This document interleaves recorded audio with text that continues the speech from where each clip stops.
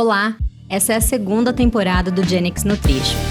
Meu nome é Melina Paixão e eu sou coordenadora de marketing da Genix.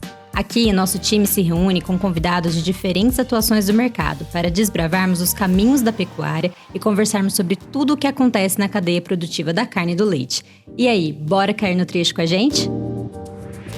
A pecuária leiteira é uma atividade que exige bastante sensibilidade. Isso fica muito claro nesse podcast, que é o 7º da segunda temporada do Genix Nutrition, com um convidado pra lá de especial, que é o Marcelo Cecim, especialista em comportamento animal. Vamos entender o quanto tirar leite vai muito além do que se pensa e exige olhar para a vaca com bastante cuidado, para que a produção seja cada vez mais sustentável. Quem está aqui comigo também é a Mariana Sayeg, especialista de desenvolvimento de produto leite aqui na Genix, e a gente teve um bate-papo muito bacana com o Marcelo durante a Expo Inter. A gente começa um podcast especial aqui, gravado direto da Expo Inter, e a gente está com o professor Marcelo aqui. Ele é bem conhecido no Instagram aí, pelo Instagram dele, que é Traduzindo Vacas, e a gente vai bater um papo aqui com ele hoje. Bem-vindo, professor. Obrigada pelo aceite do convite. Muito obrigado pelo convite. Sempre é um prazer estar falando de vaca e de vaca feliz, principalmente. E a gente está aqui com a Mariana Sayeg, mais uma vez para conduzir esse podcast com a gente. Vamos lá falar de vaca, né, Mari? Bora lá, e realmente é um prazer enorme estar aqui com o professor, uma pessoa que eu já seguia no Instagram, e é que a hora que a gente viu ele, falou, não, tem que ser agora para ele vir para esse podcast, que com certeza vai ser um dos melhores que a gente já gravou. Professor, para a gente entender um pouquinho, conta como é que foi sua trajetória, como é que você chegou até aqui, fala um pouquinho de como que foi. Bem, vamos lá. Na verdade, eu sempre trabalhei com comportamento pela minha convivência, eu acho que desde que eu me entendo por gente com cães. Tá? Cresci como criador de cães, adestrador de cães, eu tinha 13 anos de idade, tinha um canil registrado, treinava cachorro, sempre adorei fazer isso, né? E claro que isso acabou sendo a mola propulsora de eu fazer veterinária, e a gente era muito imaturo, né? Naquela época, eu entrei com 16 anos na escola e eu achava que veterinário trabalhava com o cachorro, quando na verdade o veterinário trabalha com doença de cachorro, né? Então isso me frustrou muito, foi uma primeira frustração, me levou para o lado dos bovinos, né? Que eu queria ter uma relação mais continuada, né? E justamente por isso, ainda durante o primeiro ano da escola de veterinária, eu fiz vestibular para zootecnia, consegui levar os 2 cursos concomitantes, na época era possível, né? Na Federal de Santa Maria. Trabalhei todo o curso com gado de corte, né? Pressionado para gado de corte. E quando terminei a veterinária, a zootecnia estava um pouquinho atrás, né? Acabei abandonando porque surgiu a oportunidade de um estágio nos Estados Unidos, 3 meses, trabalhando com confinamento de bovino. Isso faz tempo, era no século passado, né? Primeira metade da década de 80. E era algo novo no Brasil. O Brasil estava se estabelecendo como um grande produtor de grãos, né? Da nossa Revolução Verde da década de 70. E era uma coisa nova no Brasil, confinar. E aí, estando lá, eram para ser 3 meses, né, se transformaram em 10 anos. E estando lá, o Brasil passou por umas crises econômicas, né, típicas da década de 80, com inflação, com dificuldade de abrir um negócio novo. E aí surgiu a possibilidade de eu ficar e estudar. No entanto, eu precisava ter uma maneira de me sustentar. Não tinha bolsa, não tinha nenhum tipo de recurso lá, né? E o emprego que eu acho que mudou a minha vida, que eu arrumei para poder continuar estudando, né, que permitia eu assistir aula durante o dia, era de ordenhador. E eu peguei meu mestrado tirando leite, né? Eu fazia ordenha das 4 da manhã e das 8 da noite, fazenda grande, muito próximo da cidade onde eu morava. E ali eu comecei a me relacionar com as brancas e pretas. E acabei fazendo a tese do mestrado direcionada a comportamento animal, trabalhei tanto com novilha de corte como novilha de leite. E nessa mesma fazenda onde eu trabalhava, estava se fazendo os últimos testes de campo daquilo que viria mais tarde. Por 87 foi lançado no mercado, 86 foi lançado o Posilac, o primeiro BST aprovado no mundo, né? Na época era da empresa Eli Lilly, né? Que depois virou Elanco.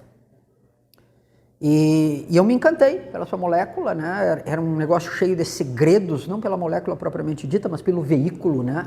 Um veículo que mantém uma proteína que tem uma meia-vida de 23 minutos e ela passa a durar 14 dias, era algo revolucionário na época, continua sendo até hoje. E aí na escola de medicina, campus ao lado da universidade onde eu estava, havia entrado um pesquisador que trabalhava com hormônio de crescimento humano e gostaria de trabalhar com hormônio de crescimento bovino, com BST, né? Então eu acabei largando a linha de estudos, né? Terminei o mestrado, não segui o doutorado na linha de comportamento, saí da zootecnia, fui para uma escola de medicina e trabalhar com BST, né? Então foi uma série de trabalhos, eu produzi um camundongo transgênico para hormônio de crescimento bovino, onde saíram, na verdade, os primeiros estudos, né, dos efeitos de altas doses de BST sobre a reprodução. O trabalho foi interessante, acabou sendo premiado, fui premiado nos Estados Unidos e aí, no finalzinho do doutorado, eu já era residente, já estava nos Estados Unidos há tempo, né? Um professor do departamento, o professor Wade, precisou uma licença para tratamento de saúde, né? Ele tinha câncer, tinha que fazer quimioterapia e convidou que pediu que eu ficasse dando aula no lugar dele por 6 meses, né? Até o tempo da quimioterapia. E ele fez, só que ele ficou bastante debilitado com o tratamento, a saúde não voltou, ele não tinha condições de continuar dando aula, me acompanhava nas aulas, e eu acabei virando professor numa escola de medicina, né, dando a endocrinologia básica depois do doutorado. Dei aula lá por 3 anos. E aí bateu a segunda frustração da vida, né? A primeira foi ter entrado na escola de veterinária, bateu essa segunda frustração, onde a minha vida não era isso, não era trabalhar em laboratório, não era fazer endocrinologia, minha vida é lidar com vaca, né? E aí eu joguei tudo para cima e voltei para o Brasil.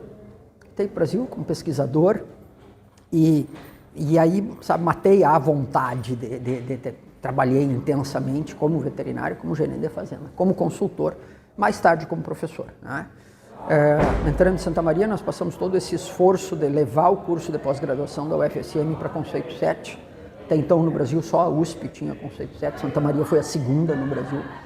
E com isso, à medida que tu evolui na graduação, na pós-graduação e na pesquisa, tu é cobrado por estudos de impacto, né, de impacto internacional. E eu, na época, trabalhava com perfil mineral, né, por formação em endocrinologia, né, endocrinologia metabólica. Perfil mineral em gado de corte na região central do Rio Grande do Sul. Essa era a minha área, né, mapear o estado, e andou isso no sentido de nós formularmos suplementação mineral para o estado. Esse era o objetivo. E é claro que esse tipo de trabalho tu não publica fora, né, porque é algo muito regionalizado. E aí com isso acabei me frustrando com a pós-graduação e lá em 2011, né, mais uma frustração, lá em 2011 nós iniciamos um projeto com 2 irmãos alunos da engenharia, né, que queriam desenvolver um sensor para detectar cio em vaca. E eu lembro quando eles foram conversar comigo, eu disse, eu ajudo vocês, mas é uma condição, nós vamos trabalhar com saúde e bem-estar também. E lá em 2011 começou a história da CalMed, né?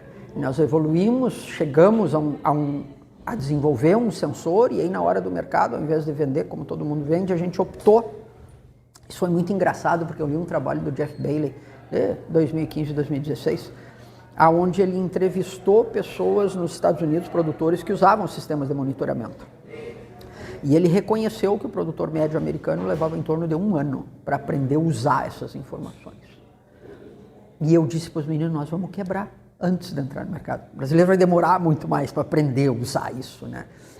E aí que nós entramos com um modelo de serviço no mercado. Então, a CalMed, ela não vende coleira, ela presta um serviço de monitoramento onde o produtor é acompanhado, pega ele na mão, ensina e acompanha, e esse acompanhamento é diário, né? Online, é claro, virtual, para garantir que ele consiga usar a informação. Porque de nada serve uma informação se tu não consegue fazer uso dela, né? Minha avó já dizia, diploma não encurta a orelha de ninguém. Então eu preciso usar essa informação. E aí, vou contar a terceira, eu já contei 2 frustrações, né? A terceira agora.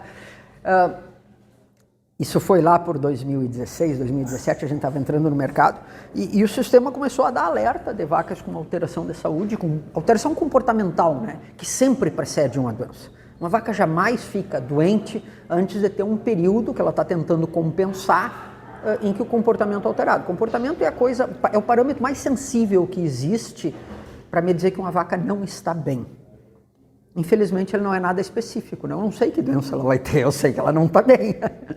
E E aí começou a criar situações que o sistema alertava e ex-alunos meus que estavam trabalhando na fazenda diziam, professor, eu examinei toda a vaca, como o senhor ensinou, sou professor de clínica, né? Examinei, a vaca não tem nada, professor. Eu digo, tá, mas ela está diferente. 3 dias depois essa vaca estava doente. Essa alteração comportamental, ela ocorre 3 a 4 dias antes de uma mastite, 5 a 7 dias antes de uma tristeza, 5 dias antes de uma pneumonia, 11 dias antes de um deslocamento de abomaso. Sabe, a gente tem essa janela de oportunidade em que eu sei que esta vaca está desafiada. Eu não sei o que ela vai ter, mas eu posso ficar em cima para descobrir. E aí nesse processo, saiu disso aí, desse questionamento em relação ao sistema, para uma coisa de ansiedade e pavor dos clientes, porque eles entenderam que quando o sistema alertava, a vaca ia ficar doente. E aí eu tinha... E não sabia o que era, eu tinha produtores que ligavam, que remédio eu dou para a vaca? Eu preciso saber que remédio... Não tem como saber. Nunca a gente vai saber isso, não é o que eu estou medindo, né? Tem que ter alguém lá para examinar esse animal. E eu comecei a perguntar coisas simples, comportamentais, tipo score de enchimento ruminal, score de enchimento abdominal, expressão.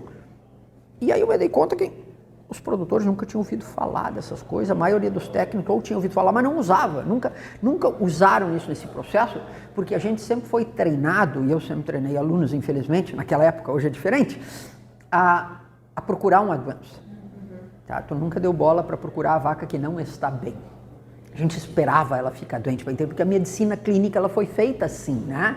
Se eu vou ser um gestor de saúde, eu preciso reconhecer desafios. Preciso reconhecer um animal desafiado, desafio ambiental, desafio social entre elas, porque elas são muito ruins umas com as outras, né? E isso é o que acaba afetando a capacidade homeostática dela e levando a doença. Então, na verdade, a doença não é a presença de um agente. A gente está lá sempre, né? Lembram da tríade epidemiológica, né? A gente bota muita ênfase no agente da doença e pouca ênfase no hospedeiro. Então eu prego assim, ó, um pouquinho menos da importância para a doença, mais importância para o doente. E aí nós falamos de falar em comportamento, né? Comecei a me preocupar com essas coisas e aí o pessoal comecei a falar de comportamento, sabe? Coisas que para mim eram muito óbvias, porque vinha lá dessa minha coisa de crescer treinando cães, tu olhar na casa de um filhote, escolher um filhote dentro de uma ninhada, saber que comportamento ele vai ter, saber o que é a diferença entre medo, uma expressão de medo e de dor numa vaca, né? Ansiedade e fome, elas parecem que é a mesma coisa, mas são diferentes, né? E aí, com ex-alunos e amigos e coisas, começaram a me provocar para começar a fazer um perfil na internet falando isso. Essa foi a origem do Traduzindo Vacas, né? Eu havia um tempo conversado, por um bom tempo, nos tornamos amigos com o Yep Dreesen, né? O fundador e criador do Cow Signals, e ele me contava que era uma necessidade que ele enxergou lá de pessoas que não tinham nenhum contato com o leite, estavam passando a trabalhar com leite na Europa. Então ele precisava ensinar o feijão com arroz para essas pessoas, né? E isso me inspirou muito. Eu digo, não, de repente nós temos essa necessidade. Mas eu queria criar alguma coisa diferente, né? Porque já existia, não tem por que eu reescrever um livro, né? E por isso que tem toda essa parte psicológica de formação da identidade, formação de personalidade, de entendimento, que é mais técnica, né, do Traduzindo. O Traduzindo são 3 módulos, né? Primeiro ele fala exclusivamente sobre etologia, sobre comportamento, sobre os sentidos, que é uma coisa que a gente não dá bola, né? Por exemplo, o olfato e a audição de uma vaca, elas são muito mais sensíveis do que os nossos. Toda a fazenda ela é cheia de sons e de cheiros que as vacas sentem e ouvem, e nós não. Coisas que a gente sequer tem ideia que existe. Elas estão lá e às vezes uma vaca se assusta e tu fica bravo com ela, porque na tua cabeça não tem porquê. Mas ela ouviu, ou sentiu, ou cheirou, etc. Bem, então assim, o que é diferente nos sentidos, como é que forma a personalidade, como é que eu diluo medos, o que eu evito, aquela coisa quase de psicologia infantil e etologia pura, né? Segundo módulo são esses scores clássicos, como é que eu classifico um rebanho, como é que eu entendo, por exemplo, score de uso de cama, né? Por que eu não tenho todos os animais deitados? Quem é que não está deitado? Quem não está deitado está fazendo o quê? São tudo coisas que as vacas nos dizem todos os dias, mas que a gente não entende ou não dá bola. Então essa é a parte clássica, que é muito parecida com o CalSignals, né? O CalSignals seria o seu segundo módulo do Traduzindo Vacas. E um terceiro módulo é como é que eu incorporo esses dados numa gestão da saúde. Como é que eu busco um equilíbrio, porque a gente, principalmente na zootecnia, né? Tu é doutrinado que tu precisa ir melhorar uma fazenda. E às vezes no processo de querer melhorar tu desequilibra, né? E hoje eu entendo, e saúde única é isso aí, é um equilíbrio, né? Tu precisa ter tudo equilibrado, sabe? Toda escolha genética, ela traz junto dela as exigências nutricionais, e de manejo, de ambiência. E quando eu não dou isso, quem paga é a saúde. Então eu criei um modelo gráfico, que é uma roda de carreta, como é que essas coisas se interrelacionam e como é que eu uso a opinião da vaca para interpretar o desequilíbrio, o que está desequilibrado, né? Então esse é o modelo de análise, que é o que a gente faz hoje. E a gente até estava falando mais cedo, né, professor, na nossa conversa, como é importante a gente dar uma boa ambiência para esse animal, dar um conforto desse animal, para ela poder realmente expressar o valor genético dela. Às vezes a gente é tão criterioso na escolha do touro que a gente vai usar nas nossas vacas, e a hora que você vê, ela não consegue expressar aquilo que você esperava e gera uma frustração do produtor, e aí a frustração agora é do produtor, porque, nossa, mas eu escolhi o melhor touro, será que o problema é da empresa? Será que o problema é do touro? O que está acontecendo? Mas na realidade ela não tem condições de expressar aquilo que ela é de fato, né?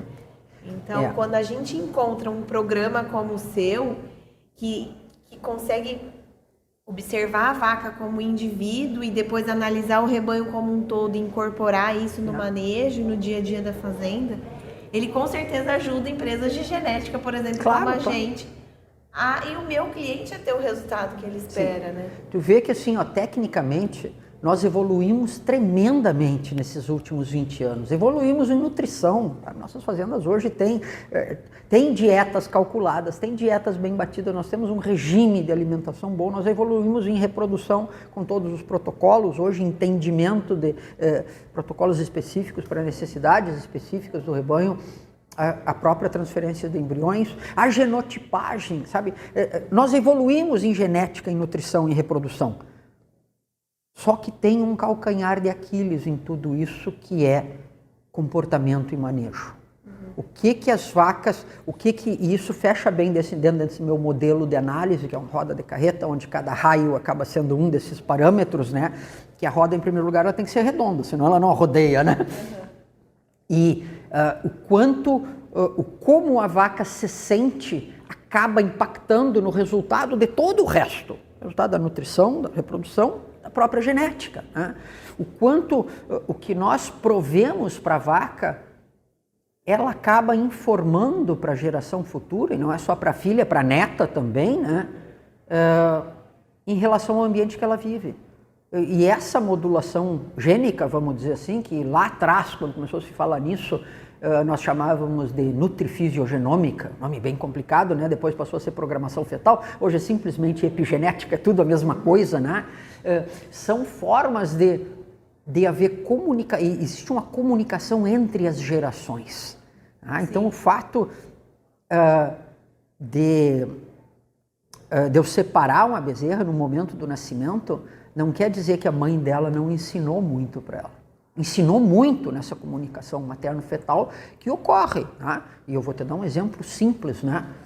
De nada adianta eu buscar uma seleção genética com touros provados para melhor reprodução quando eu tenho sofrimento da mãe, desconforto da mãe no finalzinho da gestação, que vai, por sua vez, causar acetilação e metilação, e esses são os processos de bloqueio da expressão gênica nos oócitos do ovário do feto. E eu estou afetando o desempenho reprodutivo da neta dela. Hoje esses processos estão descritos, sabe?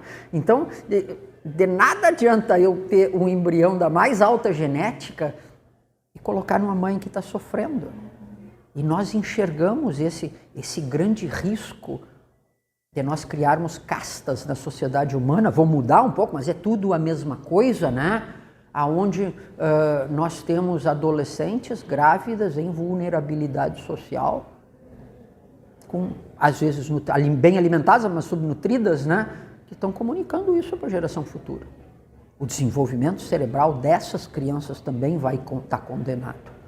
E nós podemos, assim como nós fizemos, como ocorre em humanos, isso primeiro foi descrito em humanos, lá numa população que passou fome na Holanda, na Segunda Guerra, acho que é o grande estudo disso aí, mas ocorre em bovinos, ocorre em todos os animais. Então, nós melhorarmos o ambiente hoje, eu entendo que é fundamental para que toda essa tecnologia que nós temos de nutrição, de reprodução, de genética, possa realmente aparecer, ser expressa, e essas diferenças se transformarem em vacas melhores. Professor, mudando um pouco assim, não mudando de assunto, mas não mudando, né, ainda.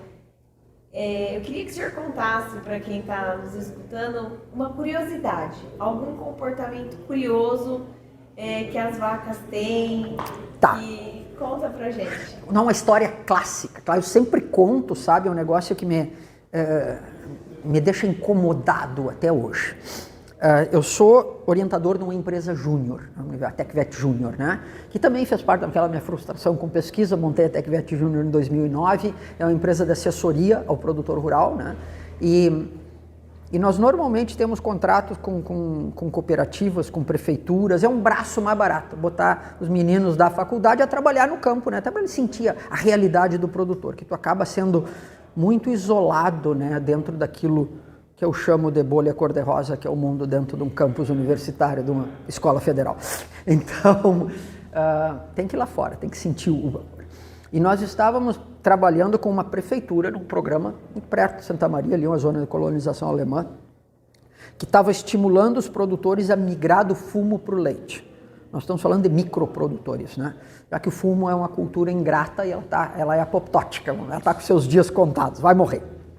E tínhamos uma propriedade em particular que tinha um problema seríssimo de CBT, né? E se identificou que o problema era uma água de cacimba, que não recebia tratamento nenhum, era a mesma água que a família tomava, né?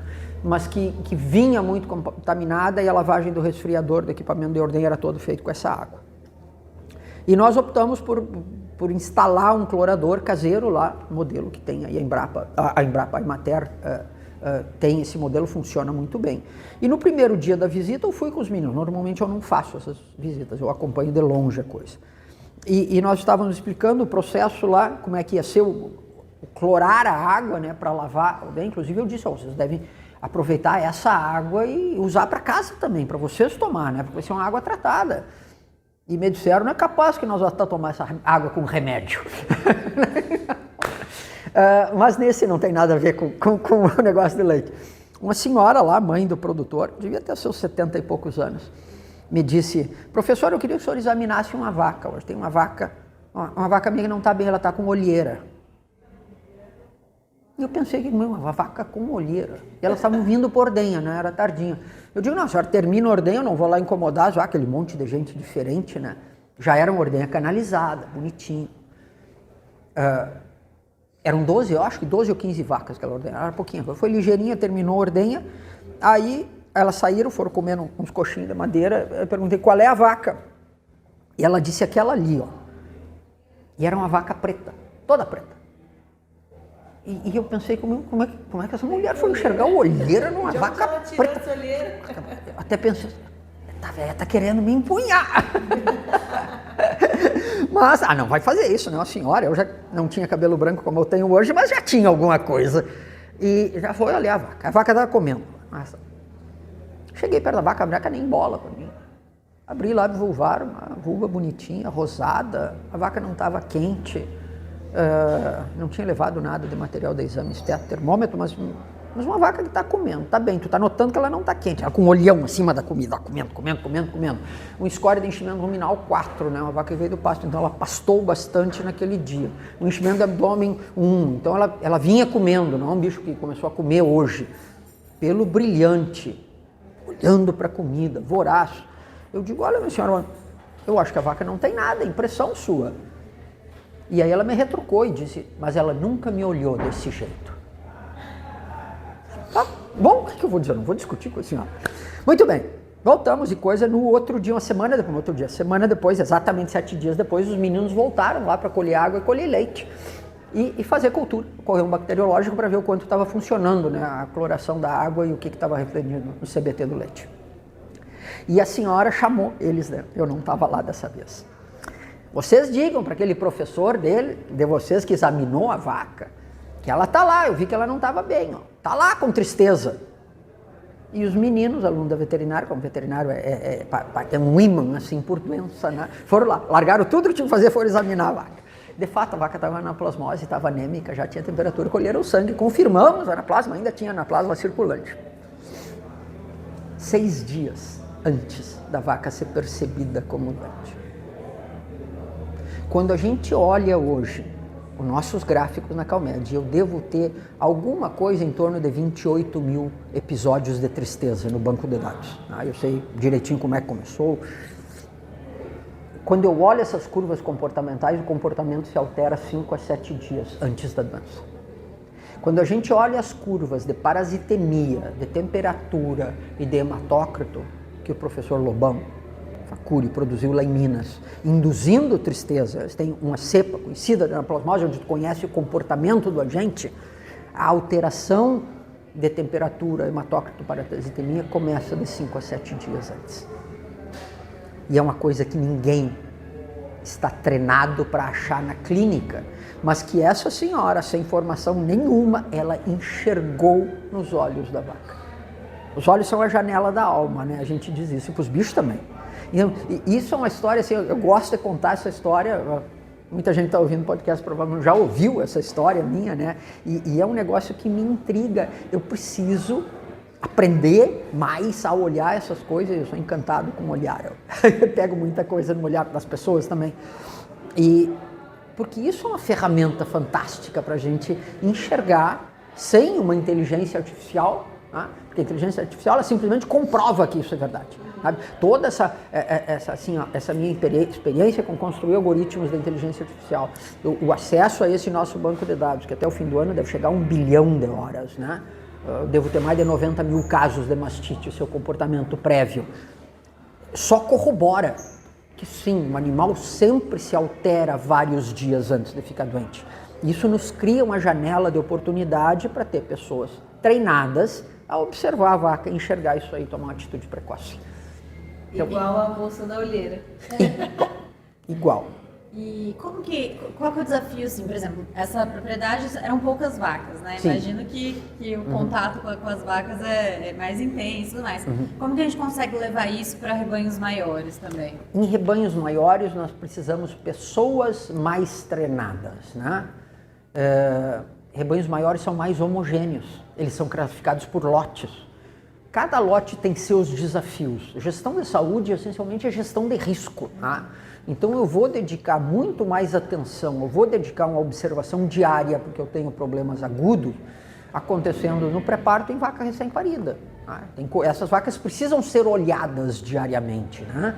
À medida que ela evolui na lactação, que ela emprenha, eu entro em janelas de risco menor, né? Então aquele meu olhar ele não precisa ser assim, tão rigoroso, tão expressivo, né? Mas essencialmente eu preciso procurar vacas diferentes, vacas que não estão deitadas ruminando quando todas as outras estão. Vacas que vêm para a linha de coxo, e mesmo uma vaca doente vem porque ela tem medo de ficar sozinha na cama, ela vem, mas ela não come. Então score de voracidade também está intimamente relacionado. Em bezerras, o que é a grande característica de uma criança antes de ficar doente? Ela para de brincar. As bezerras também, nós estamos validando até o fim do ano, nós vamos ter uma coleira Calmed para bezerras, né? Ela é mais sensível na detecção de doenças que a da vaca. Por quê? Porque eu coloco muito peso na atividade, né? E elas, em criação coletiva, elas param de brincar vários dias antes de subir temperatura e de ter parasitemia. Nós estamos validando isso em fazendas que têm esse processo de medir temperatura, de colher sangue, de fazer esfregaço para tristeza, né? E fazendas que têm esse controle melhor de pneumonia, inclusive fazendo ultrassom de pulmão. Então, nós estamos validando nesse processo e eu não preciso, de novo, né, eu bato, não estou falando contra o nosso serviço, mas eu não preciso de uma inteligência artificial para me dizer que um animal não está bem, se eu dedico tempo a observar. Só que aí entra no grande problema das pessoas, né? que é uma deficiência de vitamina. Eu digo, a gente tem que começar, eu vou começar a vender, apesar que isso não se vende, né? Mas fomentar o uso de suplementação de vitamina I. Vitamina I é essencial. É ir olhar a vaca. É ir olhar a vaca. As pessoas não vão mais olhar a vaca, não vão com um objetivo, não vão com concentração. Passam lá olhando como se estivesse olhando qualquer coisa. Não, eu tenho que saber o que eu estou procurando. E para isso precisa treinamento e educação. Então, ter um hábito, né, de chegar num freestyle ou num composto e falar, cara, por que essas vacas estão em pé? Elas deviam estar ruminando, porque eu passei o trato delas tal hora. Né? Isso se torna automático na gente, né? Depois que tu internaliza esses conceitos. Então esse hoje é meu propósito, né? Eu sempre digo, por que eu faço isso? Porque eu quero um mundo melhor para as vacas. Só que eu não vou fazer efeito nenhum cuidando de vaca, como eu fiz por muito tempo. Tá? Eu vou realmente poder ajudar a ter um mundo melhor para as vacas, sensibilizando as pessoas, que elas podem melhorar a sua capacidade, aguçar o seu olhar em reconhecer comportamento. Porque comportamento é o que existe de mais sensível em me dizer que uma vaca não está bem. E professor, eu posso te dizer que o senhor faz isso com maestria. Eu sou fã do Traduzindo Vacas, seguidora já das antigas, lá dos primeiros vídeos. E realmente o que o senhor faz é inspirador. Eu poder estar aqui na sua frente hoje, tendo essa conversa com o podcast, realmente eu fico até emocionada. O senhor, a gente já conversou, eu já trabalhei com colar, sei do valor que isso tem.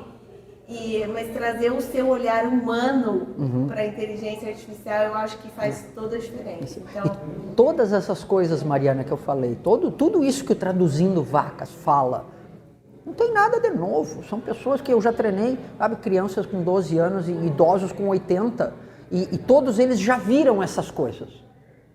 Quando eu mostro foto de o que é uma cara de uma vaca com dor, uma cara de uma vaca com medo, uma cara de uma vaca com ansiedade, todo mundo já viu vaca assim. Só não sabia o que quer dizer. Então, eu me sinto assim extremamente satisfeito em poder estar ajudando as vacas indiretamente, né? Porque a gente criar essa cultura de estreitar o nosso relacionamento e respeito à vida dos animais e cuidado também é uma maneira de mostrar para a sociedade que a gente quer o melhor para as vacas. Não, e numa sociedade onde a gente apanha tanto, né, por ser dessa área, eu acho que isso é fundamental. A gente mostrar que a gente trabalha com vaca porque a gente ama elas, né, e elas são, a gente tem maior respeito pelo alimento que ela nos dá. Então, e eu acho que é o que a gente tem falado muito nos podcasts, né, nossa maior missão é conseguir difundir isso, conseguir realmente levar o conhecimento porque é isso que multiplica mesmo, né? Isso vai atingir mais vacas, né? Mais rebanhos, enfim. Uma coisa que as pessoas precisam se dar conta é que se as pessoas parassem de consumir produtos lácteos, nós estaríamos condenando a vaca leiteira à extinção. Todo mundo acha horrível terminar a extinção, extinguir a onça parda, a anta, mas nós vamos levar a vaca leiteira à extinção se nós pararmos de consumir lácteos, porque elas não têm condição nenhuma de sobreviver na natureza. Tá? Nós temos um animal hoje que ele é intimamente dependente do cuidado humano e de autocuidado. E é isso que a gente dá, isso é que todo produtor quer dar e que a gente precisa mostrar para a sociedade. Professor, queria encerrar esse podcast hoje te agradecendo mais uma vez, agradecendo o seu tempo. Nós estamos aqui direto da Expo Inter, tirei o professor aqui das funções dele aqui na feira. E realmente é um prazer enorme te conhecer pessoalmente, é um prazer enorme a gente estar aqui batendo esse papo com você. E eu sou sua fã, já falei 1000 vezes e vou repetir. Pessoal, o Instagram do professor é @traduzindovacas. Super recomendo, realmente é uma aula, é uma lição até de vida pra gente. Fica um gostinho de quero mais, é bom que todo mundo que ainda não segue vai seguir agora, depois desse podcast, acompanhar aí mais informação nesse sentido. Muito bom, parabéns pelo trabalho, muito obrigada por esse momento aqui com a gente. Meninas, muito obrigado pelo convite, pela conversa. Vocês veem como a coisa flui bem, flui tranquilo, então, porque para mim é sempre um prazer falar com pessoas que, assim como eu, também querem um mundo melhor para as vacas, né? E eu acho que esse serviço que a gente está fazendo nas redes sociais, no mundo digital, ele tem um poder de alcançar muitas pessoas, muito mais do que a informação escrita, né? E isso é importante, né? E eu vejo que a gente, todos esses perfis que falam em se preocupar com vaca, a gente se relaciona muito bem, a gente se ajuda muito, né? Eu acabo sendo um dinossauro no meio dos meninos, eu acho que eu sou os mais velhos deles, então frequentemente acabam me pedindo conselhos, né, e conversas. Eu, apesar de professor de clínica, eu não procuro falar nada de clínica, porque tem muita gente que fala e fala muito bem nisso aí, então deixa eu falar do que eu acho que está faltando, né, e ajuda. Então a gente é um time só nesse processo, né, de levar informação para o produtor, que por sua vez vai levar qualidade de vida para as vacas. Sempre é um prazer para mim falar nisso. Obrigado. Tem uma frase em inglês, mas que, enfim, que eu acho que é bem legal, que fala high-tech e high-touch, né? A gente tem que ser high-tech, aproveitar a internet, aproveitar as tecnologias, aproveitar tudo que a gente também desenvolve em tecnologia, mas para ser cada vez mais high-touch mesmo, de conseguir olhar, tocar, mas olhar também para a vaca, né? E tentar fazer a conexão dessas duas coisas. Muito legal. Obrigada. Muito bem. Obrigada, professor. Prazer, meninas. Esse foi o 7º episódio da segunda temporada do Genix no Tricho. Lembrando que a gente está no Spotify e no YouTube. Ative as notificações e seja o primeiro a saber sobre os novos episódios. Acompanhe a gente também pelas redes sociais, @Genix Brasil. E venha viver sua melhor Genix Experience na Central Genix Uberaba, que fica na BR 050, quilômetro 158.